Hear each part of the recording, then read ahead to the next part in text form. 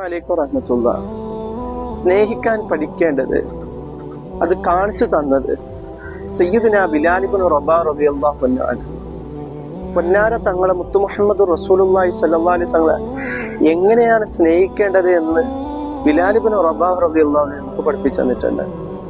മഹാനവറുകളെ ഉമയ്യത്ത് എന്നുള്ള ക്രൂരൻ അതിശക്തമായ രീതിയിൽ ബുദ്ധിമുട്ടുണ്ടാക്കുമ്പോഴും ആ സമയത്തും മഹാനായ സയ്യിദുനാ ബിലാൽ റളിയല്ലാഹു അൻഹു പൊന്നാര തങ്ങളോടുള്ള ഇഷ്ടത്താൽ ക്ഷമിച്ചിരുന്നു.